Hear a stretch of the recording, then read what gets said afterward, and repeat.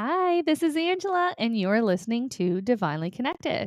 I'm here with your weekly forecast for August 18th through to the 24th. We do have a rare blue moon, supermoon on August 19th, tomorrow, Monday. So make sure that you are taking time to sit in reflection. Make sure you take time to honor your emotions, as there seems to be a lot that is surfacing. As you're moving towards this full moon on Monday, you may find yourself a little extra irritable, a little bit extra emotional. You may actually go on the flip side of that and feeling a little bit of numb, a little bit of disconnection.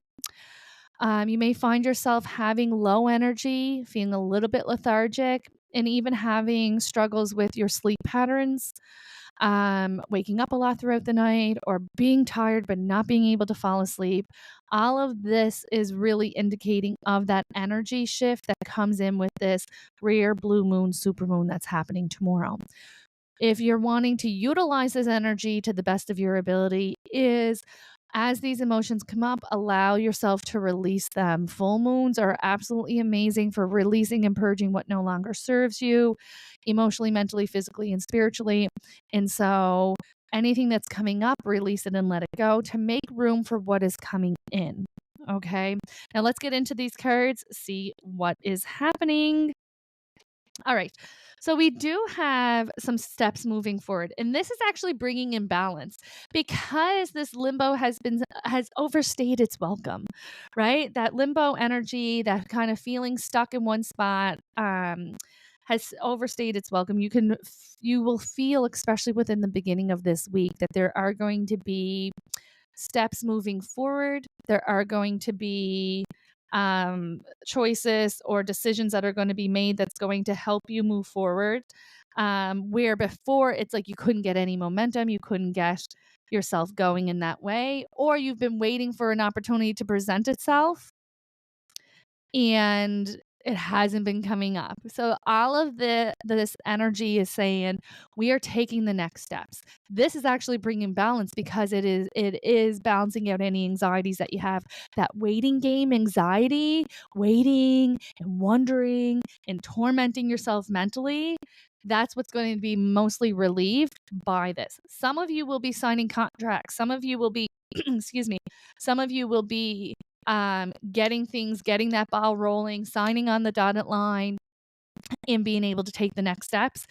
For the most of you, um, you'll be able to easily trust that seeds have been planted and that the next thing is changing and that it is coming in.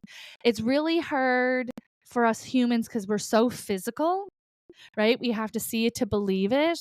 Even if we have a lot of faith, if we don't have any physical reassurances for time, we then question it, right? And so this is really ramping up your faith. This is really giving you that energy to continue forward, and it couldn't have come in at a better time. We also have the Nine of Earth coming in, which is all about you feeling good within yourself. This is you feeling good, feeling like you have made it. You know, there's times where when we're just trying to get through and we're chugging along, this is you being on the other side, feeling very good of yourself, feeling very centered within yourself. Even when there's advice or information that's coming your way, I think that it will be really insightful and very validating for you to almost refer back to, how would I have handled it this last year? How would I handle this 5 years ago? Right? Because it is very much showing your growth, showing how much you have expanded and how much you have learned. And so as you were sitting secure within yourself and we're receiving some news, good or bad, doesn't matter. That's not the message that's there. But I feel like old you, right? The old version of you would have handled that completely different. This exchange really allows you to see how far you come and see how strong that you have become from doing all of that inner work. The last 6 years of just going within, facing your limiting beliefs, owning up and being honest with yourself, setting boundaries with yourself, setting boundaries with others, advocating for yourself, right? Showing up on the days where you just wanted to roll over and blow the blankets over your head. And so there's a lot of reassurance. There's a lot of full circle moments that come in this month. Okay, full circle moments that come in this week, this month, but in this week particular, where you can really feel confident in yourself. Okay, there is the need for you to take control of a situation. There is an exchange where we've kind of been waiting and trying to be polite, and it is connected to communication. Okay, so like say we're waiting, we call the doctor's office and we're waiting to hear back from them, and we're not hearing from them, and we're not hearing from them, and we're not hearing from them. Well, maybe we need to be that squeaky wheel. There is something that's coming in that we're trying to wait for. And it does feel like to be that polite version of yourself, but that there is that need to take it into your own hands. Okay. This is going to bring in the success that you want. This does feel like one lining up with divine timing. Keep your ego out of it, because this just seems to be like lost in the shuffle. There's no ill intent. There's no malicious intent here. And so we do want to make sure that we are being respectful, right? And that we can advocate and be strong without being rude or critical. Okay. Keep that in mind as well. Now, um,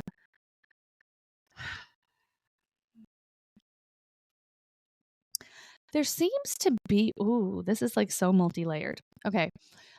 There's also significant new connections and relationships that are coming to the forefront this week. Thursday seems significant. Okay. And so why I said, oh, this is so layered, because they immediately just showed me so many different versions. And so pregnancies and or babies being birthed, lovers, okay, and then needed soul connections. So whether this is doctors or business partners or soul sisters or people who hold the key to the next step for you, right? And so don't forget that everyone in your life experience is a soul connection that came in here to live the purpose, whether it's a stranger at the store and you overhear their story, or a stranger on the internet sharing something that they have went through. You are meant to hear that information if it is helping you, right? This is why it's so wonderful that we have the internet, because it makes us so much more connected. This big vast world is now very small, and we have these connections, and we can learn from each other, and we can say, hey, I've been going through this, or hey, I did this and I benefited from it. You should see if you can benefit from it. And it is absolutely wonderful. And so there is the need to listen to your intuition, and as you should with any communication, or sorry, any relationship and any communication, you want to make sure that you are always using your instincts, okay? But this is someone that you can trust, and it does bring in celebratory outcomes. And so they just feel like this is such a valid role that they are playing for you. And so wherever it is that your path is taking you with this, I just feel like, oh my gosh, it's going to be so cool meeting up here next week and hearing back who showed up and what versions and what outcomes that they had, because this is what I love about our paths here, is we all have these individual lives, but we are all way more deeply connected than we realize, and how we can be all going through similar experiences, different details, similar experiences all over the map. And yet here we are having a shared experience, which I think is absolutely amazing. There is a worrisome,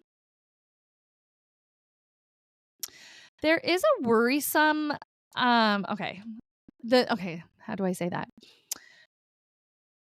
There is something that is worrisome for you, okay, that you need to be making a decision about. You're just wishing and hoping that you're making the right decision.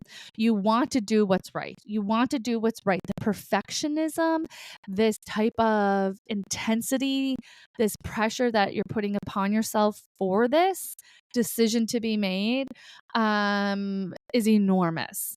So first, we do need to step back. We do need to go within. Okay. We need to go within and listen to your intuition and connect with your soul before making the decision. Oftentimes, what I find just out of observation is that we as humans struggle the most with these decisions when we're making them for someone else.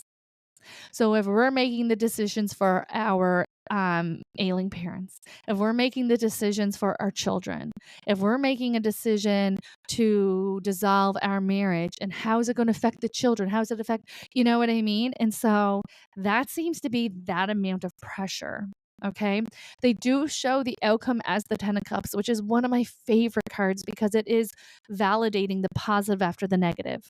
The baby after miscarriage, love after loss, healing after hurt, peace after struggle, abundance after lack. And so you are going to make the right decision. And when you do, things move quickly.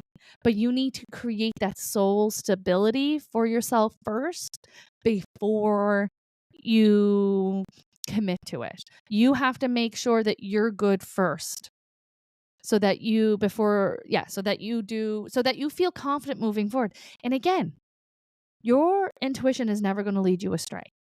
It is always going to bring in confidence and peace for you. And there's very much this superficial, out of fear, out of discomfort, just want to make like a knee jerk reaction, but you have to sit with it. And so that's where that high priestess card is coming in and wanting you to sit with it before you make a decision that you regret. Okay. Before you make an unwise choice.